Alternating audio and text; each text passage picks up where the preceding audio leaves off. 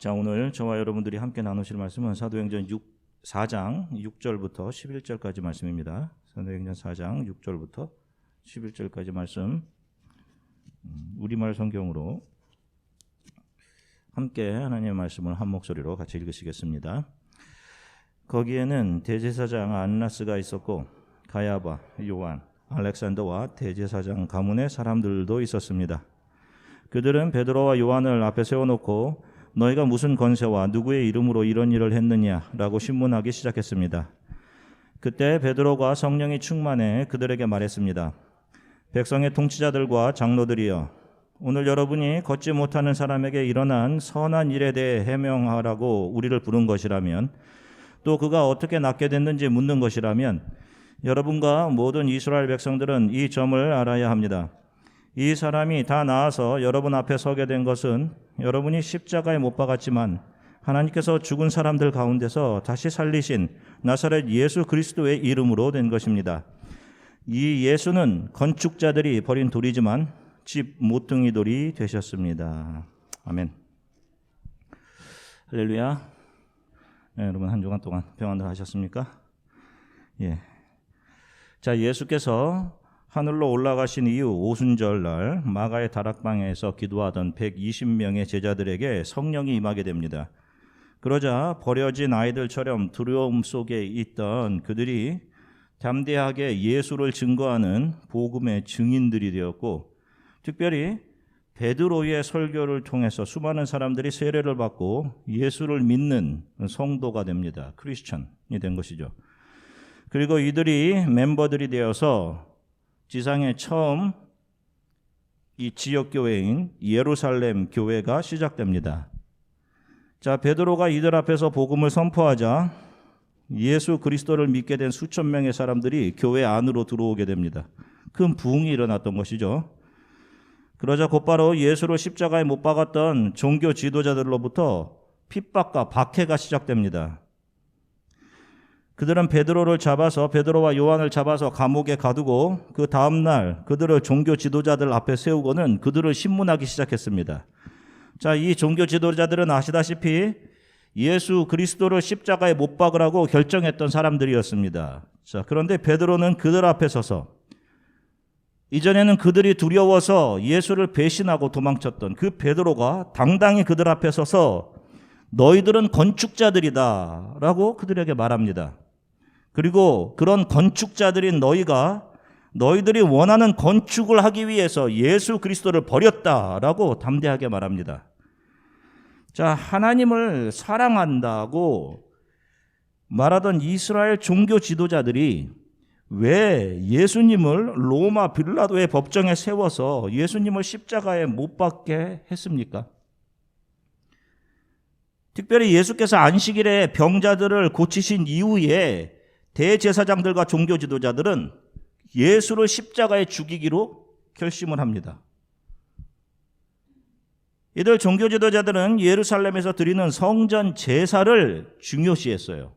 다른 곳에서 드리는 예배는 다 거짓이야. 여기서 드려야 돼. 이곳이 거룩한 장소이기 때문에. 또 정확한 11조를 중요시했으며 안식일에 일하지 않는 것, 이런 행위들을 율법을 잘 지키는 것이고, 이런 행위를 잘하는 것들이 하나님을 사랑하는 것이라고 생각했는데 예수께서 오셔서 이 모든 것을 다 부정하고 깨뜨려 버렸습니다. 오히려 그런 종교 지도자들에게 이 독사의 자식들아, 이렇게 독소를 퍼부으셨단 말입니다. 이렇듯 예수 그리스도를 통해서 율법의 참 의미를 보지 못하는 사람들은 메시아 예수를 십자가에 못 박을 수밖에 없는 것입니다. 자, 이들은 율법 지킴을 통해서 자신들은 다른 율법 지키지 못하는 죄인들보다 더 나은 의인, 우리는 믿음이 있는 사람들이라는 생각을 늘 가지고 있었습니다. 이게 그들의 자존심이고 자부심이었어요. 그래서 다른 사람들을 비판하고 정죄했던 것이죠. 그런데 성경은 율법이 어떠한 이유로 주어졌다라고 이야기합니까? 요약해서 앞을 보시면 율법은 예수를 십자가에서 죽게 하기 위해 주어졌어요. 예수께서 11조가 되셔서 하나로 열을 대신하는 11조가 되셔서 십자가에서 죽으시고 저와 여러분들을 살려 하나님이 영이 거하시는 성전이 되게 하시고 영원한 하나님 나라의 자녀들이 되게 하신 겁니다. 그 자녀들에게 참 안식일을 주신 것이죠. 이것이 율법이 주어진 이유입니다. 이거 잘 지켜서 구원을 얻어야 돼 하는 것으로 주어진 것이 아니란 말입니다. 이 세상에 있는 그 어떤 누구도 자신의 행위로 하나님 앞에 의롭다 인정을 받을 수 있는 사람이 없습니다. 성경이 표명하는 것이에요. 죄 가운데 있는 모든 인간은 다 자기 중심적이고 이기적이고 자기 채움의 존재들이기 때문에 절대로 율법의 정신인 이웃사랑이나 하나님의 사랑을 해낼 수 없는 존재들입니다. 여러분 스스로들을 한번 생각해 보시라고요. 여러분들이 정말 여러분들의 것들을, 여러분들의 자신을 부인하고 모든 것을 여러분들의 이웃을 위해서 내어주실 수 있는 그런 사람들입니까? 나를 공격하는, 나를 가십하는 그 사람을 아무런 미움 없이, 요동 없이 여러분 사랑해낼 수 있냐고요? 그것을 할 수 있다라고 말하는 바리새인들에게 독사의 자식들아라고 하는 겁니다. 겉과 속이 다른 히포크라이트라고 하는 거예요. 그들에게 위선자들아. 그런데 11조 내고 금식하고 새벽에 나와서 열심히 기도했다고? 이런 사람들이 더 믿음 있는 사람이라고. 그래서 이런 행위들이 교회 안에서 자격이 되고 가오가 되고 있으니 이게 말이나 되는 소리냔 말입니다.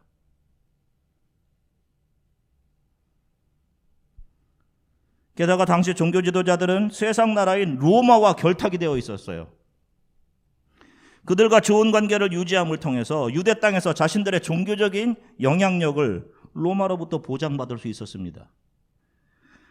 교회가 세상 정치와 타협된 상태였어요. 자, 세상 나라에 속해져 있다가 세상 나라에서 바깥으로 빼내어졌죠. 에클레오, 에클레시아. 세상에 속해져 있다가 끄집어내어져서 하나님 나라에 속하게 된 사람들. 그래서 그 사람들이 이 하나님의 나라를 이 땅에서 선포하는 것을 사명으로 받았단 말입니다. 그들이 교회인 거예요. 그런 교회가 세상 나라의 정치를 추구하고 있는 그런 형태였습니다. 그러니 예수님께서도 가이사의 것은 가이사에게, 하나님의 것은 하나님에게, 이런 말씀을 하셨던 거예요. 영원한 하나님의 나라를 이 땅에서 선포해야 할 교회가 세상 정치와 타협한다는 것 자체가 스스로 교회가 아니었음을 증거하고 있었던 겁니다. 사도 바울이 우리 성도들의 시민권은 어디 있다라고 이야기를 해요? 하늘. 저와 여러분들의 시민권이 하늘에 있는 거예요, 여러분.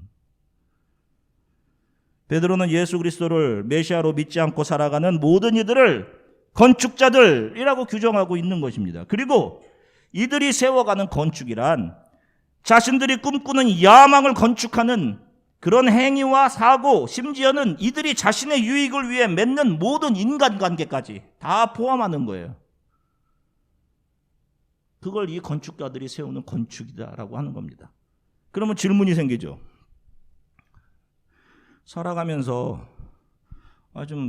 좀 나은 삶을 위해서, 행복한 삶을 위해서 무엇인가를 이루고 건축해 나가는 것이 잘못된 겁니까? 자, 오늘 베드로의 말에 답이 있습니다. 너희 건축자들이 너희가 원하는 것을 건축하기 위해 예수를 버렸다라고 하죠. 자, 이것이 죄라는 겁니다. 다시 말하면 인간들이 행복을 추구한다라고 하면서 예수 그리스도가 기초가 되어서 건축하지 않은 모든 것들, 그 예수를 뽑아버리고 타락한 인간들이 자신들이 삶의 주인이 되어서 자신의 욕망과 욕심이 이끄는 대로 가서 획득하고 건축한 그 모든 것을 죄라고 말하고 있는 겁니다.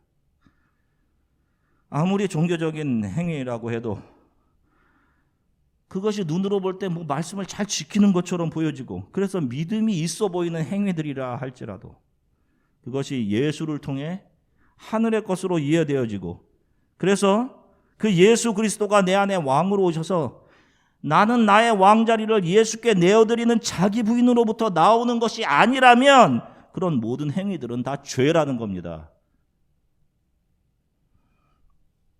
자, 1982년에 개봉되었던 불의 전차라는 영화가 있어요. Chariot of Fire라고 하는 그런 영화입니다. 제가 중고등부 시절에 하여튼 많은 목사님들이 이거 예화로 종종 예화를 하셨어요. 그래서 이 영화를 이렇게 보게 되었었죠. 저도. 자, 여기에 주인공은 이름은 에릭 리들입니다. 에릭 리들. 국가대표가 되겠다는 꿈을 가지고 어려서부터 최선의 노력을 다해서 100m 달리기 영국 국가대표가 됩니다. 그래서 1924년 프랑스 파리에서 열렸던 제8회 올림픽 대회 영국 대표로 100m 달리기에 출전해요. 그런데 100m 예선이 7월 6일 주일로 잡혀집니다.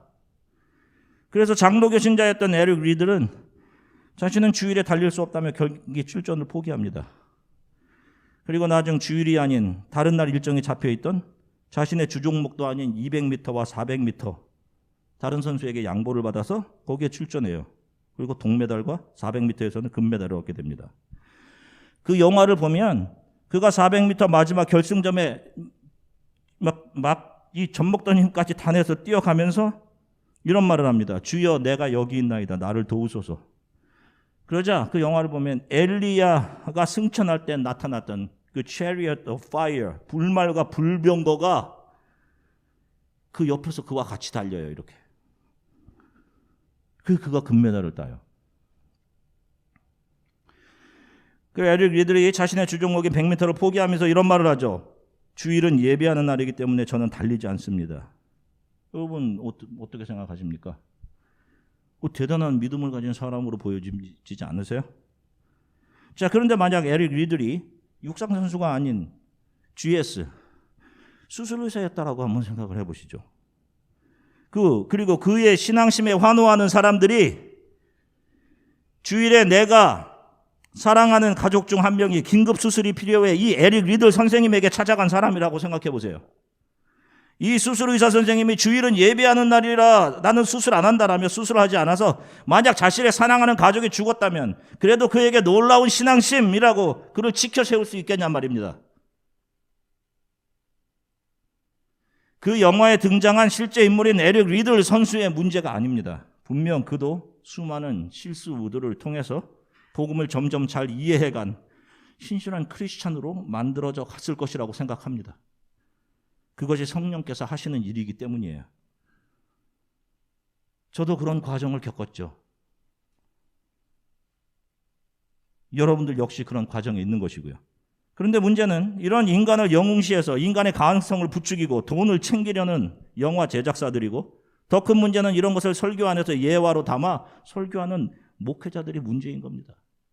그 뒤에 누가 있겠어요? 악한 영, 사탄 마귀. 오늘 본문에 나오는 종교 지도자들 역시 하나님을 사랑한다고 자부하던 사람들이었습니다. 안식일에 일하지 않는 그런 사람들이에요. 그러면 우리가 하나님을 사랑한다고 하는 것은 우리들의 불굴의 의지나 신념 등으로 측량될 수 있는 것일까요? 뭔가 더 많이 열심히 하면 더 많이 사랑하는 것. 너가 나를 조금 더 사랑하는구나. 너는 나를 사랑하는 것 8 out of 10. 뭐 이렇게 해 주실까요? 그렇지 않아요. 우리 기독교에서 하나님을 사랑함이라는 것은 우리들의 열심으로 표현되는 것이 아니라 저와 여러분들은 우리는 늘 자신만을 더 사랑하고 이기적이며 자격이 없는 불가능한 그런 우리를 내가 너는 나의 자녀다 라고 인정해 주시는 그분 앞에 저는 정말 자격이 없습니다. 그럼에도 저를 자녀라고 인정해 주시다니요. 그분 앞에 엎드리는 것을 하나님을 사랑함이라고 하는 거예요. 사랑하는데 아무것도 내놓을 게 없는 겁니다. 그래서 그 앞에 엎드려져 있는 거예요. 우리가 예배를 드리죠. 예배. 앞에 보시면 자, 성경에 말씀하는 예배가 도대체 무엇일까요? 자, 여러분 꼭 기억하십시오. 이 예배, 성도는 예배 의식과 삶을 분리해서 생각할 수 없습니다. 지금 이거는 예배 의식이란 말이죠.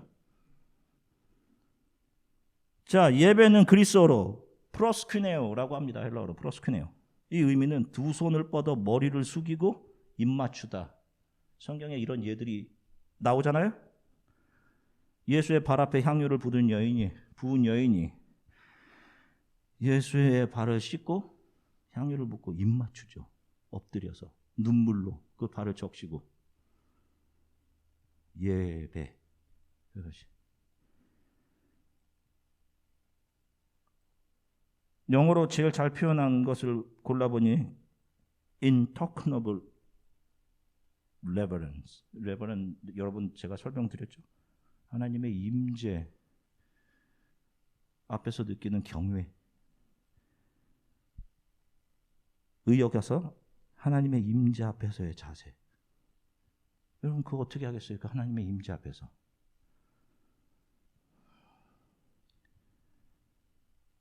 형식만을 의미하는 것이 아니라 예배 형식과 삶을 통틀어 담고 있는 단어란 말입니다. 자, 여러분 잘 기억하세요.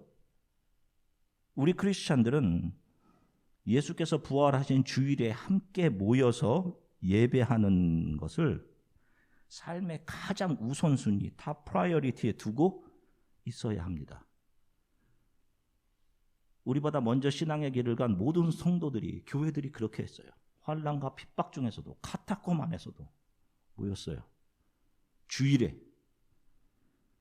그리고 그와 동시에 하나님께서 저와 여러분들에게 소명으로 주신 곳, 잡이 아닌, 잡 아니고 그것을 잡이 아닌 소명으로 생각한다. 그 소명으로 주신 곳, 다시 말해서 하나님께서 나를 놓으신 그곳에서 소명, 그것을 소명, 콜링으로 알고 최선을 다해 그 자리에서 하나님의 나라를 세상에 비추어내는 일들을 해야 되는 거예요. 이것이 성도의 삶입니다. 삶. 이렇게 형식을 통해 예배를 드리는 예배 의식과 삶을 통틀어서 예배라고 하는 거예요. 여러분 아셨어요? 그래서 예배의 시작이 있고 예배 끝이 있고 이런 거 아니에요. 여러분.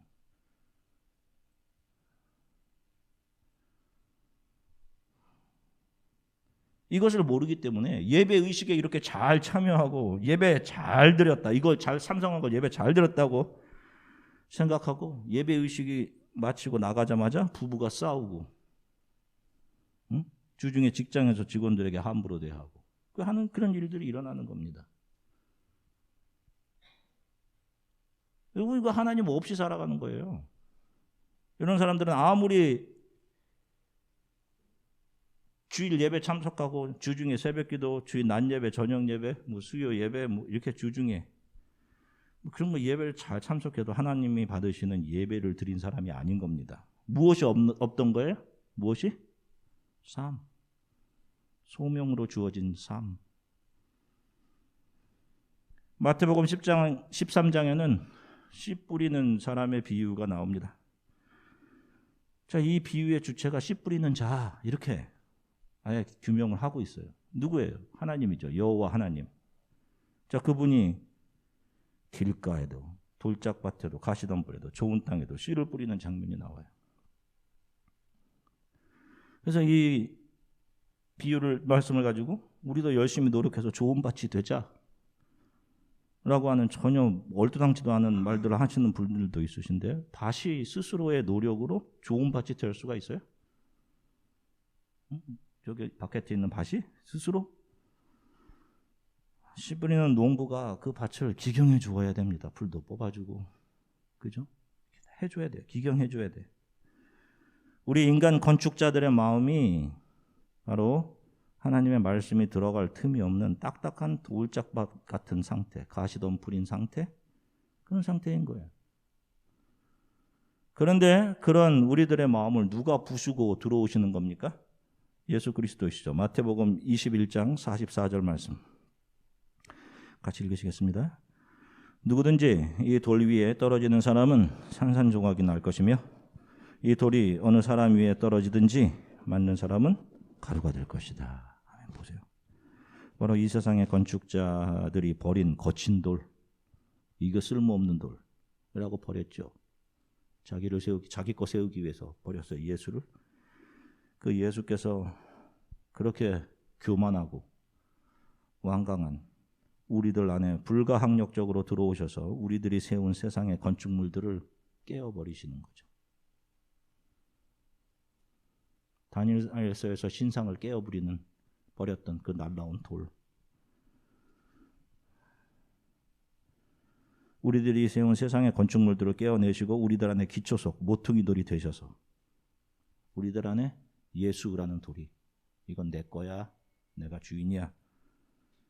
그렇게 우리를 예수 그리스도가 계시는 좋은 밭으로 만들어 그 위에 거룩하게 됨 성화라는 재건축을 해내시는 겁니다.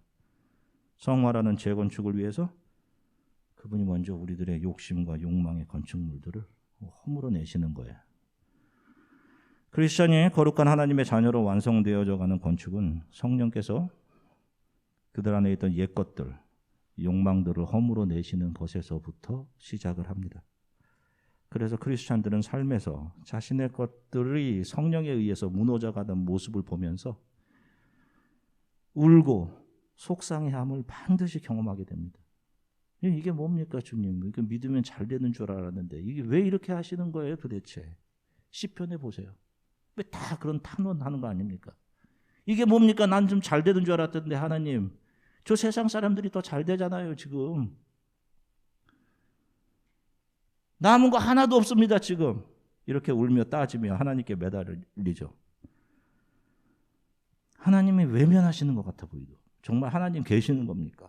그러나 반드시 그런 무너짐이 있은 후 하나님의 건축이 있습니다.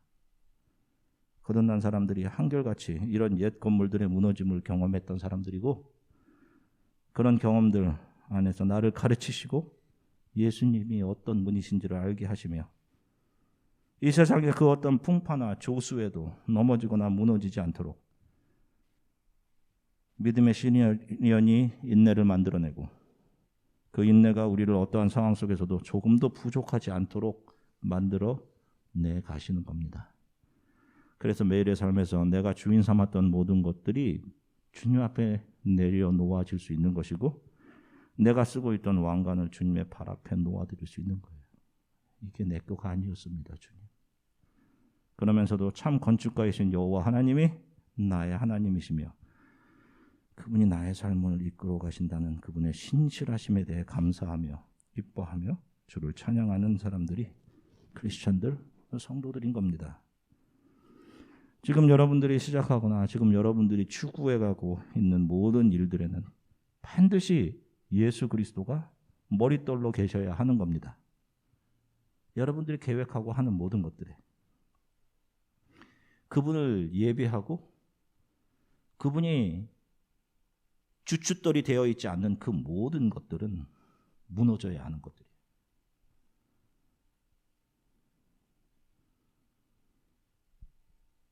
우리 여호와 하나님만이 건축가이십니다. 그분이 이 세상의 조성자이시며 창조자이세요. 그분께서 저와 여러분들을 위해 창조하신 세상의 모든 것들, 나무와 새들, 모든 자연들이 얼마나 조화를 이루며 우리들에게 공급하며 아름답게 살아가고 있습니까? 인간은 건축자가 아니라 하나님 창조의 파괴자들입니다. 자기의 욕심을 위해서 파괴하는 자들.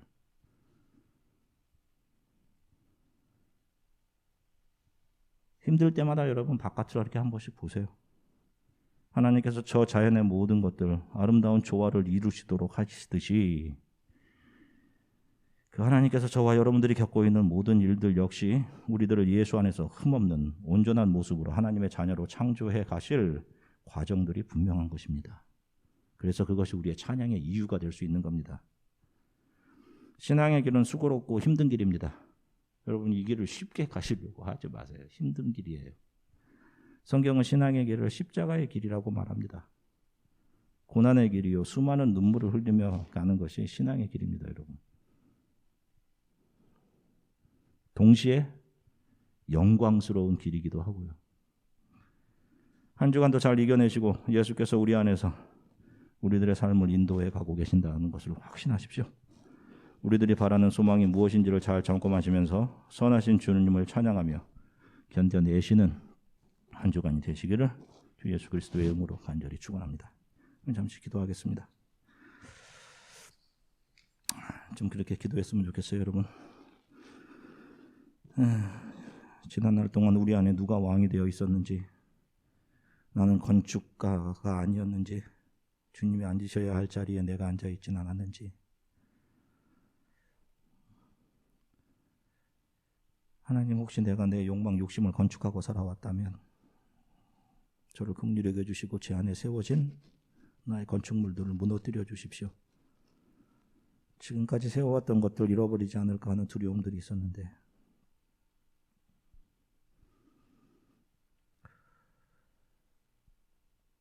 이 모든 것들을 하나님께서 만져주시고 하나님이 원하시는 정금 같은 하나님의 자녀로 저를 다시 세워주시기를 간절히 소망합니다.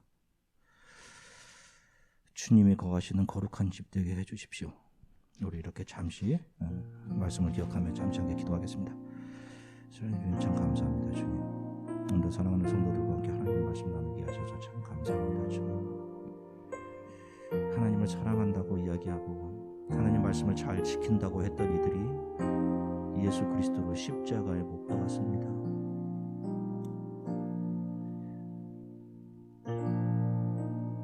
자기들이 할 수 있다는 생각으로 자기들보다 잘 하지 못하는 사람들을 정죄의 대상으로 삼고 그렇게 알게 모르는 사이에 그들은 하나님의 자리에 올라가 있었습니다. 하나님께서 우리들에게 주신 율법은 그것을 지키고 지키지 못하고 함의 그 중요함이 있던 것이 아니라 그렇게 하지 못하는 우리를 위해 예수를 내어주시기 위해 우리들에게 주셨습니다. 그 메시아를 사모하고 그 메시아를 기다리도록 그리고 그렇게 오신 예수 그리스도를 나의 주요 나의 구세주로 그분을 모시기 위해 주어졌습니다. 오 주님 우리 안에 세웠던 모든 옛 것들과 나의 욕망이 세웠던 건축물들 성령님 허물어 내어 주십시오. 그것이 무엇이든지 하나님 우리가 앞으로 걸어가면서 세워있는 모든 것들은 예수 그리스도가 기초가 되어서 그 위에 하나님이 세우시는 것 되게 하나님 도와주십시오. 공부하는 학생들에게 은혜를 주십시오. 주님 아직 어려서 말씀의 진리가 무엇인지 잘 이해하지 못할 수 있겠지만 성령께서 이들에게 지혜를 주시고 하나님의 말씀을 이해할 수 있도록 도와주십시오. 많은 꿈들을 주위의 친구들이 가지고 있는 것들을 바라보며 나도 세상에서 이러한 꿈들을 가지며 세상에서 성공해야 되겠다는 생각들을 가지고 있을 수 있습니다. 하나님 그것이 우리 크리스찬들이 하나님 예수 그리스도의 손 위에 허물어져야 될 것임을 깨닫게 하시고 매 순간 최선을 다하며 하나님의 선하신 손이 자신의 삶을 이끌고 가고 있다는 하나님의 신실하심을 믿고 하나님이 보내시는 곳에서 하나님의 나라만을 비추어내는 그런 성도로 살아가겠노라고 하나님 그러한 믿음들을 이들에게 주시기를 소망합니다. 감사드리며 예수 그리스도 이름으로 기도드립니다.